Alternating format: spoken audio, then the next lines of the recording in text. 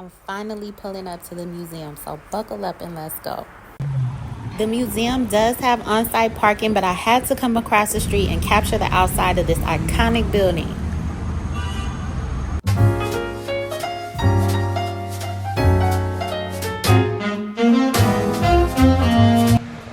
So I am at the Petersen Car Museum. I'm so excited because I have been wanting to come here forever, and I'm finally here. Got on my Corvette shirt, okay? I just came in here. Look at all these beautiful cars.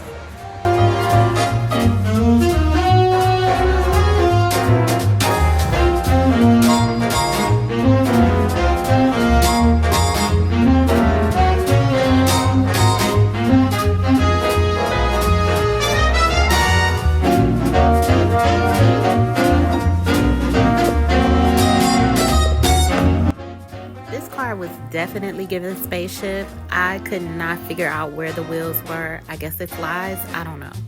I'm assuming this car belonged to the Pope because he has his little logo on there. And I guess that's where he would sit and do his little wave when he would ride through the crowd.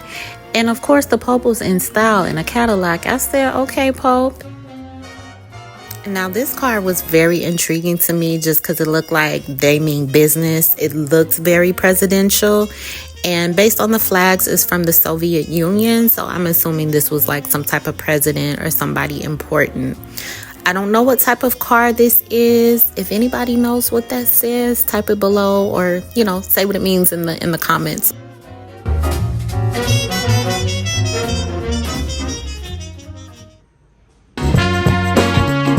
I'm hoping they have some Corvettes here because I'm a Corvette girlie. But I love this. This is really cute. Like, I would drive that.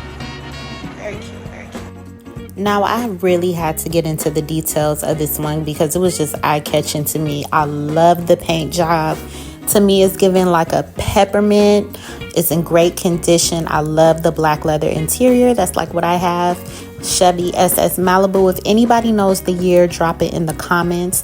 Now we have a 1960 Buick LeSabre. This paint job is gorgeous. It's giving liquid gold nail polish. Am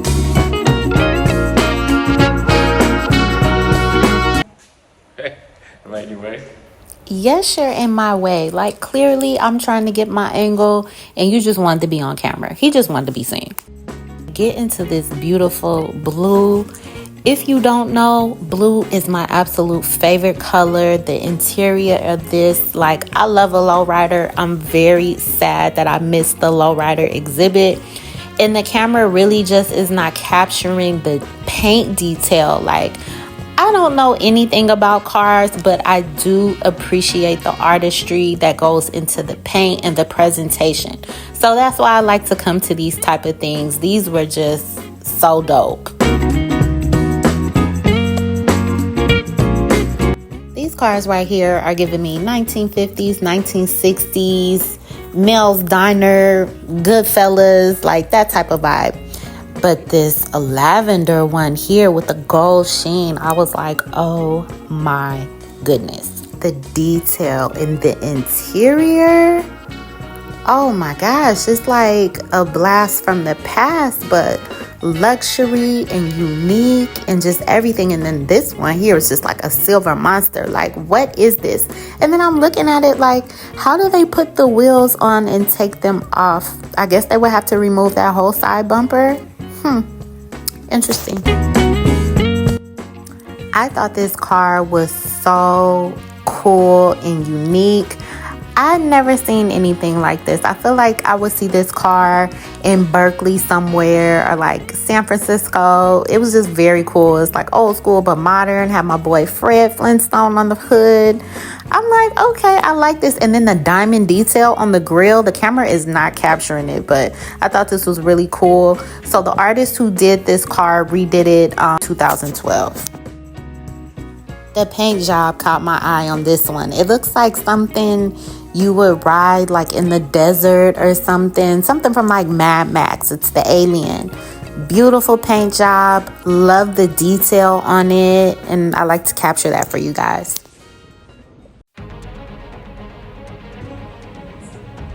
One of 6 survivors. The Knight Rider historians on that one. And yeah, I got to sit in that actual Corvette as a kid. And it universe. I remember this car from the movie. That's Sticky from the festival. I remember. The one that shoots. Yes.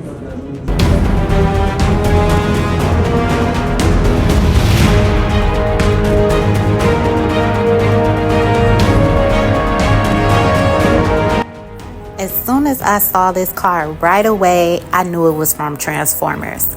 This is Bumblebee from the first Transformers movie.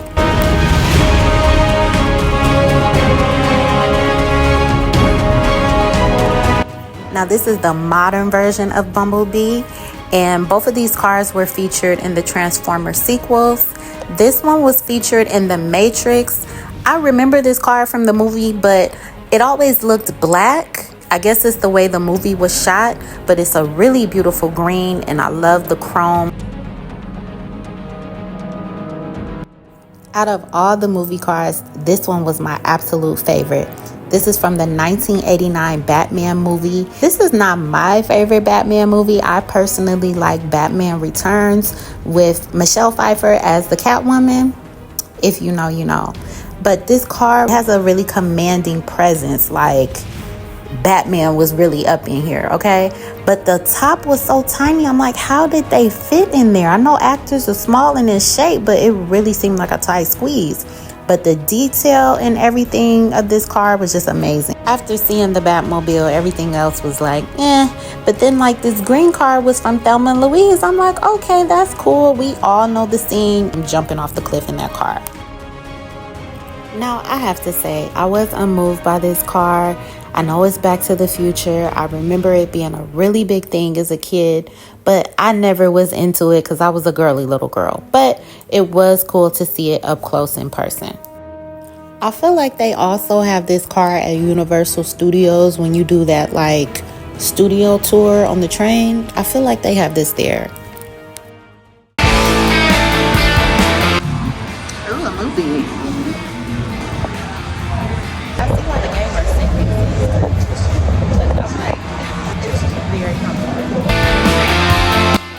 this room was pretty cool because I have to say this was my first time seeing a race car up close and in person, so that was cool. And then it also took me back to high school, back to the time how we used to wear the race car jackets. If you know, you know. It's like 2005, you know. And this pink one right here, I just knew when I walked in at first glance that it was Pepto-Bismol, and it was not. I'm like, okay. And then when I got closer, I'm looking at the detail, like how in the world can anybody fit in this car? These men must be really tiny.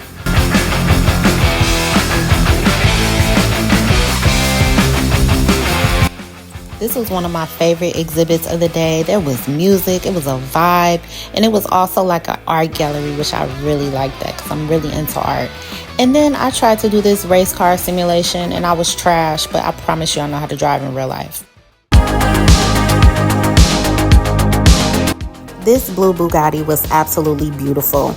The camera does not even begin to capture the beauty and the details and the paint and the different textures it had. I never seen anything like this.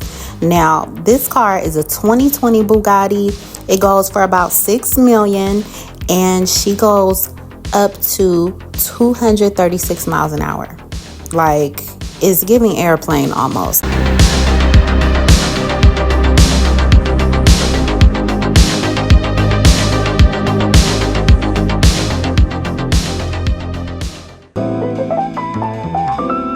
Last but not least, this was my favorite exhibit of the day. It was very nostalgic, and I'm a big kid, so being in this space just made me happy.